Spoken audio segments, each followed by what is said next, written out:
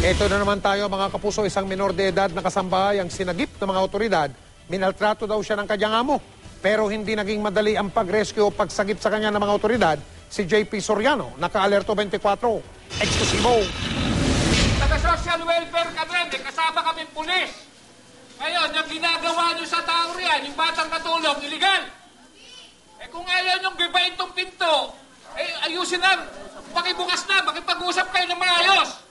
Nagtungo sa barangay ng Paco ang grupo ng DSWD at MPD para tulungan silang i-rescue ang 17 taong gulang na kasambahay ng isang pamilya sa Paco sa Maynila.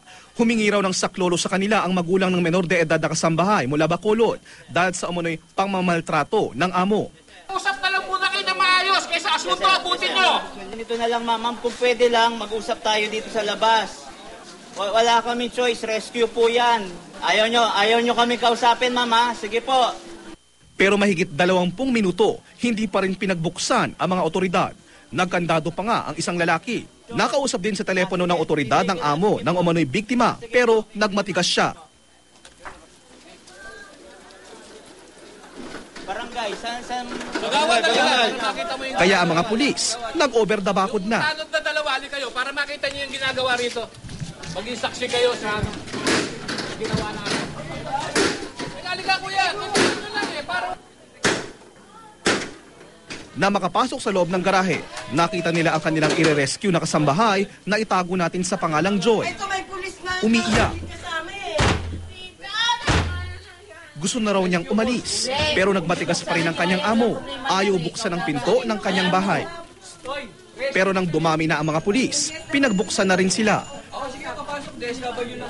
Nagpaliwanag ang inirereklamong amo, pero nauwi ito sa pagtatalo. Sisirain ninyong pinto. Anong karapatan nyo?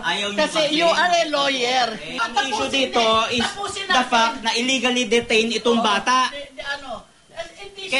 Kaya may utang, kaya wala. Illegally detained. May complaint. Gumawa raw ng sulat si Joy na humihingi ng tawad sa kanya matapos daw siyang pagtangkaang saktan. Bagay na mariing itinanggi ng dalagita. Alam mo bang muntik niya akong saksakin? Maya-maya isinama na ng mga social worker si Joy. Bago umalis, nakiusap si Joy na makuha ang kanyang gamit at cellphone. Si ma'am. Nang mailabas si Joy, tila nabunutan siya ng tinik sa dibdib. Kwento ni Joy sa amin, tinext niya ang kanyang ama sa Bacolod para humingi ng saklolo. Halos buong araw daw siya kung magtrabaho at hindi pinapakain sa oras. Hindi naman daw siya pisikal na sinasaktan. Pero sabi niya sa akin, kaya kong pumatay ng tao pero hindi naman magagawa, pero sa iba raw kaya niya akong patayin. Tapos sinabi niya sa amin nga patay gutom kamo kahit mahirap na kayo, patay gutom kayo. Ang tiyuhin ni Joy ang nagsampa na reklamo sa DSWD at humiling na i-rescue mula sa amo. Ilang beses daw siyang nagmakaawa sa amo. Ang sabi sa akin, kung wala ka 5,000, hindi mo makukuha yung pamangkin mo. Itinanggi naman ng amo ni Joy ang mga paratang sa kanya.